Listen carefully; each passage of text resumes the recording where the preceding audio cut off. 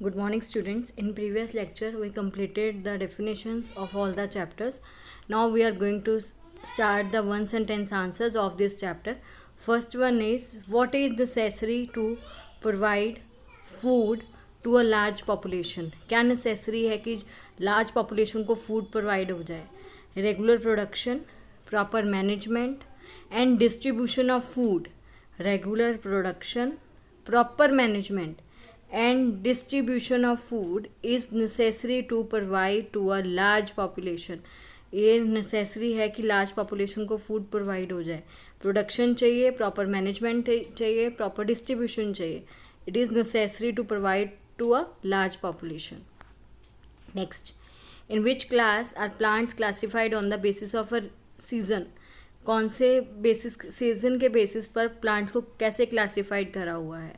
On the basis of seasons, plants are classified as kharif crops and the rabi crops. Plants को classified करा है as a kharif, as a rabi. Kharif crop और rabi crops में as a classified करा है on the basis of a season. Next, how are earthworms and microbes helpful to the farmers? जो earthworms हैं और microbes हैं कैसे farmers की help करते हैं? How earthworms and microbes helpful to the farmers? Earthworms and microbes turn and loosen the soil. जो earthworms हैं और माइक्रोब्स हैं वो क्या करते हैं? टर्न करते हैं और लूज़ करते हैं सॉइल को. Turn and loosen the soil and add humus to it. और उसमें क्या करते हैं? ह्यूमस ऐड ऑन करते हैं. Earthworms and microbes turn and loosen the soil and add humus to it. और उसमें क्या कर रहे हैं? ह्यूमस को ऐड करते हैं. Thus they are helpful to the farmers. इसकी वजह से वो क्या कर रहे हैं? हेल्पफुल कर रहे हैं, फार्मर्स की हेल्प कर रहे हैं. Right? Earthworms and the microbes turn and loosen the soil and add humus to it. इसकी वजह से they are helpful to the farmers. Next, what is called manuring? Manuring किसको बोलते हैं? Adding manure to the fields to replenish the soil with nutrients. Adding manure, manure को add करना किसमें? Fields में. to replenish the soil with nutrients is called a manuring. उसको हम manuring का नेम देते हैं. Next, why can paddy not be grown in the winter season? Paddy winter season में ग्रो क्यों नहीं करते हैं? Why can paddy not be grown in the winter season? Paddy requires a lot of water as it is a kharif crop. Paddy क्या है? lot of water चाहिए, kharif crop है. As require a kharif crop, whereas winter climate is cool and dry, so paddy cannot be grown in the winter season. उसमें winter season में climate cool और dry रहता है. ठीक है, इसकी वजह से paddy can not B grown in the winter season, क्योंकि उसको लॉट ऑफ वाटर चाहिए. विंटर में इतना वाटर नहीं होता है और वो ड्राई होता है और कूल होता है और वाटर अवेलेबल नहीं रहता है इतना विंटर में, जिसकी वजह से वो पैडी को हम नहीं कर सकते grow in winter season. Next, if wheat is sown in a kharif season what would happen? Discuss. यदि वीट को खारिफ सीजन में ग्रो करेंगे तो क्या होगा? Wheat is a rabi crop. Wheat seeds need low temperature and less humidity to grow. Low temperature चाहिए wheat को, less humidity चाहिए. If there are sown in a kharif season, example rainy season, the seed would get destroyed due to excess of water. यदि उसको kharif season में grow करेंगे, उसमें rainy season होता है, इसकी वजह से जो सीड हैं वो डिस्ट्रॉयड हो जाएंगे due to excess of water, water के ज़्यादा से, एंड वुड नॉट ग्रो, और ज़्यादा ग्रो नहीं हो पाएंगे. ठीक है, जिसकी वजह से पूरी क्रॉप क्या हो जाएगी? डिस्ट्रॉय हो जाएगी.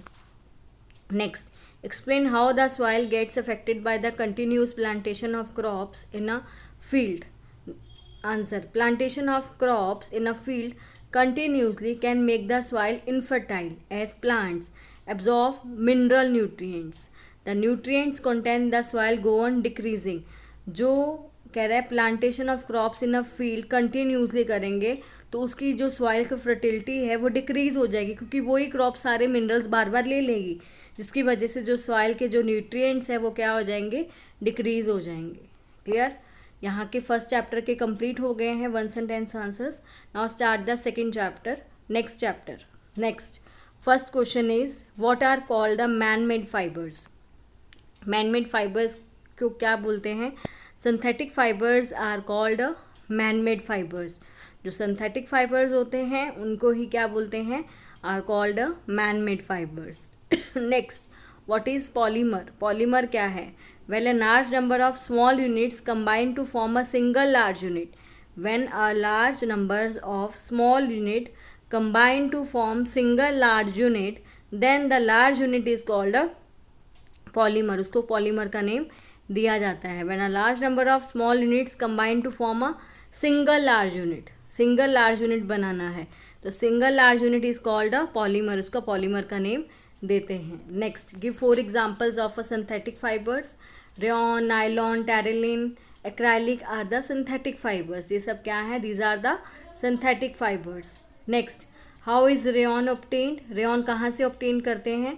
rayon is obtained by the chemical treatment of a wood pulp. जब wood pulp को chemical treat करा जाता है then we obtain the rayon, right? rayon is obtained by the chemical treatment of a wood pulp. Next, what is the polyester? polyester क्या है? polyester is a synthetic fiber made up of repeating units of esters. जब ester की units को repeat करते हैं तो वो क्या करते हैं? पॉलिस्टर को रेडी करा जाता है. It's a synthetic fibres made up of repeating units of a Easter. Easter की रिपीटिंग यूनिट्स को जब रिपीट करा जाता है ईस्टर की तब पॉलिस्टर रेडी होता है. Next, what are plastics? Plastic क्या है? Plastic are the polymers like synthetic fibre but they can not be moulded. पर उसको मोल्ड नहीं कर सकते. Plastic are the polymers like a synthetic fibre. Synthetic fibre की तरह प्लास्टिक भी क्या है? पॉलीमर्स हैं but they can not be mould.